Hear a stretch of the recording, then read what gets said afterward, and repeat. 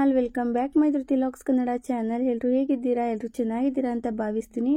ನಾನಿವತ್ತು ಗ್ಯಾಸ್ನ ಬಳಸದೆ ಕ್ವಿಕ್ಕಾಗಿ ಒಂದು ಸ್ವೀಟ್ ರೆಸಿಪಿನ ನಿಮ್ಮ ಜೊತೆ ಶೇರ್ ಮಾಡ್ತಾ ಇದ್ದೀನಿ. ಬನ್ನಿ ಹೇಗೆ ಮಾಡೋದು ನೋಡೋಣ. ಮೊದಲಿಗೆ ಒಂದು ಮಿಕ್ಸರ್ ಜಾರ್ಗೆ 1 ಬೌಲಷ್ಟು ಹುರಿಗಡಲೆನ ತಗೊಂಡಿದ್ದೀನಿ.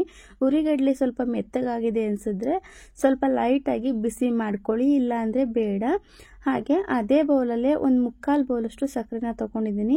ನೀವು 1 ಬೌಲ ಸಕ್ಕರೆ ಹಾಕ್ಕೊಂಡ್ರೆ ಕರೆಕ್ಟಾಗಿ ಬರುತ್ತೆ. ಸ್ವೀಟ್ ಕಮ್ಮಿ ಅನಿಸಿದ್ರೆ 1/4 ಬೌಲಷ್ಟು ಸಕ್ಕರೆನ ತೊಗೊಂಡು ಚೆನ್ನಾಗಿ ಫೈನಾಗಿ ಪೌಡರ್ ಮಾಡ್ಕೊಳ್ಳಿ. ಜರಡಿ ಎಲ್ಲ ಮಾಡೋದೇನು ಬೇಡ. ಈ ರೀತಿ ಕಡಲೆ ಎಲ್ಲೂ ಹುಳ್ಕೊಳ್ದೆ ಫೈನಾಗಿ ಪೌಡರ್ ಮಾಡಿಕೊಂಡು ನಾನು ಒಂದು ಮಿಕ್ಸಿಂಗ್ ಬೌಲ್ಗೆ ಹಾಕೊತಾ ಇದ್ದೀನಿ. ನೀವು ಕೈಯಲ್ಲಿ ಮುಟ್ಟಿ ನೋಡಿದಾಗ ಸಕ್ಕರೆ ಅಥವಾ ಕಡಲೆ ಏನಾದರೂ ನಿಮ್ಮ ಕೈಗೆ ಸಿಗ್ತಾ ಇದೆ ಅನಿಸಿದ್ರೆ ಒಂದ್ಸಲ ಜರಡಿ ಮಾಡ್ಕೊಳ್ಳಿ.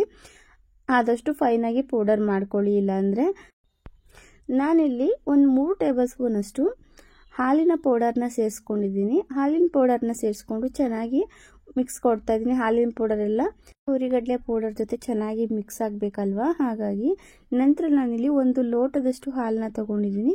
ಇದು ಕಾಯಿಸಿರೋ ಅಂತ ಹಾಲು. ಕಾಯಿಸಿರೋ ಹಾಲನ್ನೇ ಹಾಕೊಳ್ಳಿ. ಈ ಹಾಲು ತಣ್ಣಗಿರಬೇಕು, ಬಿಸಿ ಇರೋದು ಬೇಡ. ನೋಡಿಕೊಂಡು ಸ್ವಲ್ಪನೇ ಹಾಕ್ಕೊಳ್ಳಿ, ಸ್ಪೂನಲ್ಲಿ ಹಾಕ್ಕೊಳ್ಳಿ ಅಥವಾ ನೋಡಿಕೊಂಡು ಸ್ವಲ್ಪನ ಹಾಕ್ಕೊಂಡು ಚೆನ್ನಾಗಿ ನಾವು ಕಲಿಸ್ಕೋಬೇಕಾಗುತ್ತೆ. ಜಾಸ್ತಿ ಹಾಕಲಿಕ್ಕೆ ಹೋಗಬೇಡಿ, ತೆಳು ಆಗಿಬಿಟ್ರೆ ಸ್ವೀಟು ಚೆನ್ನಾಗಿ ಬರೋದಿಲ್ಲ.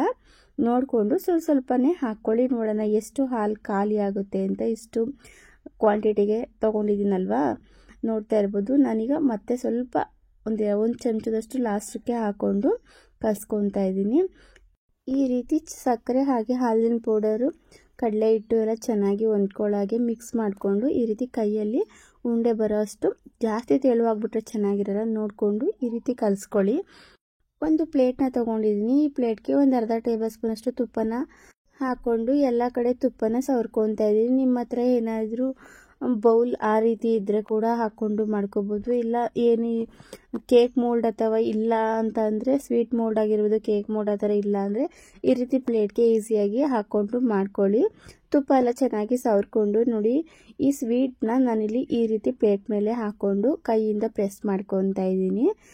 ನೋಡ್ತಾ ಇರ್ಬೋದು, ಈ ರೀತಿ ಹಾಕ್ಕೊಂಡು ಮಾಡ್ಕೊಳ್ಳಿ. ತುಂಬ ಬೇಗನೆ ಆಗುವಂಥ ಸ್ವೀಟ್ ರೆಸಿಪಿ ಅಂತಲೇ ಹೇಳ್ಬೋದು. ಕ್ವಿಕ್ಕಾಗಿ 10 ನಿಮಿಷನೂ ಬೇಕಾಗಲ್ಲ ಈ ಸಿಹಿನ ಮಾಡೋದಕ್ಕೆ. ತುಂಬಾ ಬೇಗ ಆಗಿಬಿಡುತ್ತೆ. ಗ್ಯಾಸ್ನ ಬಳಸ್ದೆ ಒಲೆನೂ ಕೂಡ ಹಚ್ತಲೇ ಸ್ವೀಟ್ ಮಾಡ್ಬೋದು. ಕೈಯಿಂದ ಚೆನ್ನಾಗಿ ಪ್ರೆಸ್ ಮಾಡಿಕೊಂಡು ನಾನೀಗ ಒಂದು ಸ್ಪೂನಿಂದ ನೀಟಾಗಿ ನಾನು ಫ್ಲಾಟ್ ಮಾಡ್ಕೊತಾ ಇದ್ದೀನಿ.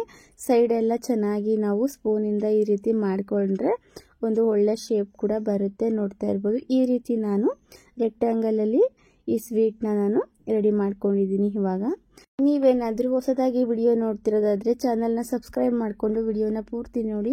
ವಿಡಿಯೋ ಇಷ್ಟ ಆದರೆ ಮರಿದೇ ವಿಡಿಯೋನ ನಿಮ್ಮ ಫ್ಯಾಮಿಲಿ ಫ್ರೆಂಡ್ಸ್ಗೆ ಎಲ್ರಿಗೂ ಶೇರ್ ಮಾಡಿ. ನೋಡ್ತಾ ಇರ್ಬೋದು, ಈಗ ಸ್ವೀಟ್ ಇವಾಗ ರೆಡಿ ಆಗಿದೆ ಪೂರ್ತಿ. ಒಂದು ½ ಅನ್ ಅವರ್ ಬಿಟ್ಟು ನಾವು ಈ ಸ್ವೀಟ್ನ ಕಟ್ ಮಾಡ್ಕೊಂಡ್ರೆ ಆಯಿತು. ನೀವು ಬೇಕಾದ್ರೆ ಫ್ರಿಡ್ಜಲ್ಲಾದರೂ ಇಟ್ಕೋಬೋದು ಅಥವಾ ಹೊರಗಡೆನೇ ಕೂಡ ಒಂದು ½ ಅನ್ ಅವರ್ ಇಟ್ಟರು ಆಗುತ್ತೆ, ಅಥವಾ 1 ಅವರ್ ಇಡಿ.